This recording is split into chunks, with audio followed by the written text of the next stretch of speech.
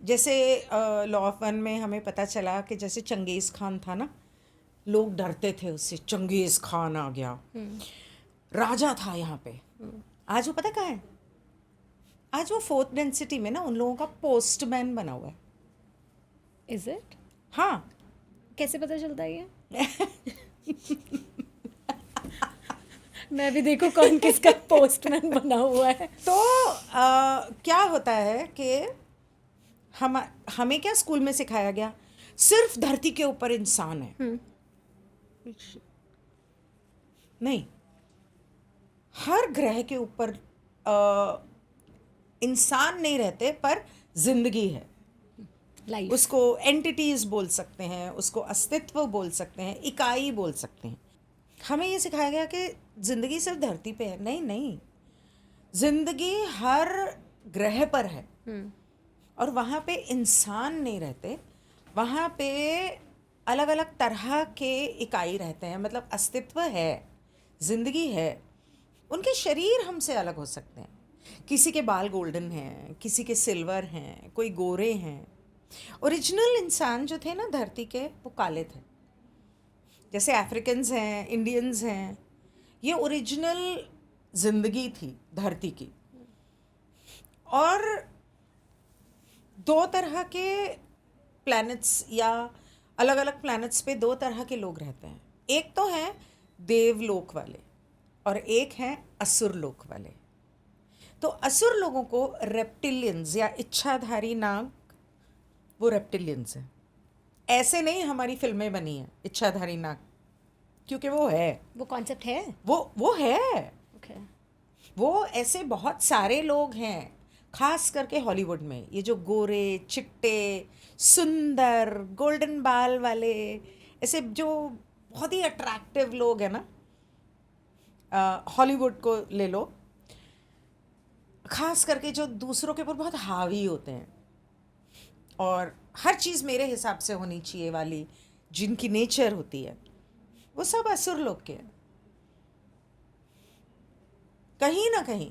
अच्छा, कुछ लोग ऐसे भी हैं जो, अब हुआ क्या कि दूसरे ग्रहों से लोग धरती के ऊपर आए, क्योंकि हमारे पूरे ब्रह्मांड में धरती सबसे सुंदर ग्रह है।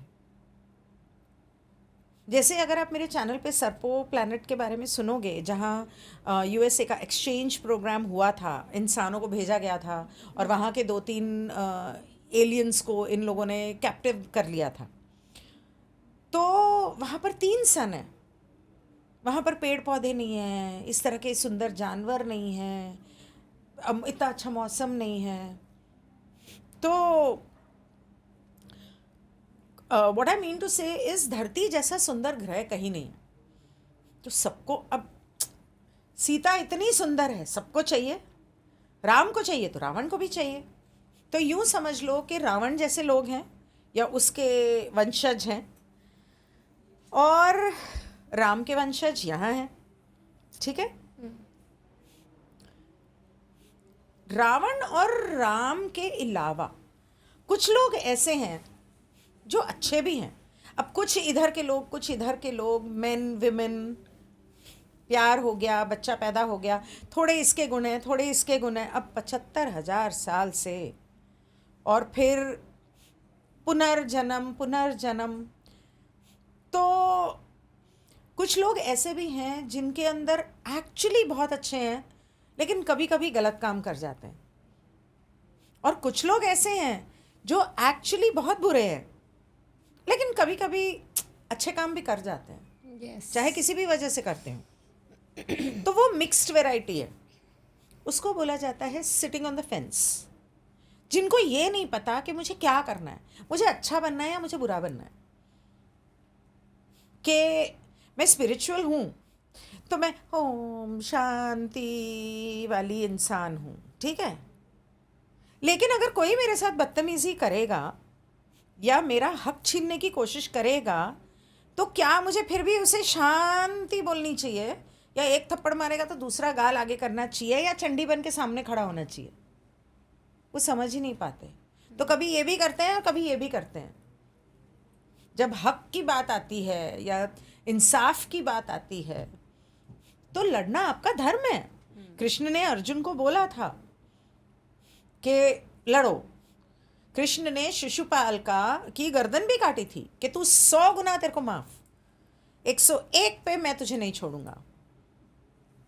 वही मोदी ने किया, इतनी बार पाकिस्तान ने किया, आखिरकार उसने अपना शिशुपाल और वो कृष्ण वाला हथियार इस्तेमाल किया। तो गलत नहीं किया, लेकिन अच्छाई और बुराई एक्चुअली दुनिया में होती नहीं। कुछ सही नहीं है, कुछ गलत नहीं है, कुछ अच्छा नहीं है, कुछ बुरा नहीं है। हम उसे अच्छा बुरा सही गलत बनाते हैं। तो जो असुर हैं उनको हर चीज़ में सिर्फ बुरा ही नज़र आता है। कुछ लोग ऐसे होते हैं ना, जिनसे आप मिलो, वो जब से मिलते हैं, चाहे वो 1 घंटा हो या 1 दिन हो, वो दुनिया भर में हर एक की सिर्फ बुराई ही करते हैं, उनको किसी में कुछ अच्छा दिखता ही नहीं। Correct. होते हैं ना? बिल्कुल होते हैं। और कुछ लोग ऐसे होते हैं जो ना ठीक है, कोई नहीं, माफ़ कर पर दो। ये बहुत कम होते हैं, ये वाले। कम होते हैं, आई अग्री।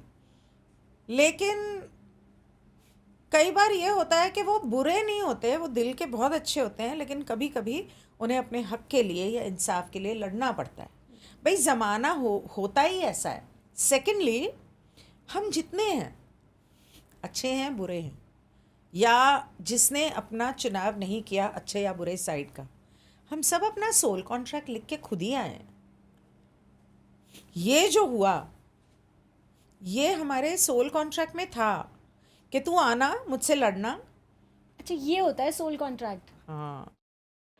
दोस्तों, ऐसे ही इंटरेस्टिंग क्लिप्स हमने इस चैनल पे अपलोड की हुई हैं। चैनल को देखते रहो, एक्सप्लोर करते रहो और ऐसी वीडियोस का मज़ा उठाते रहो।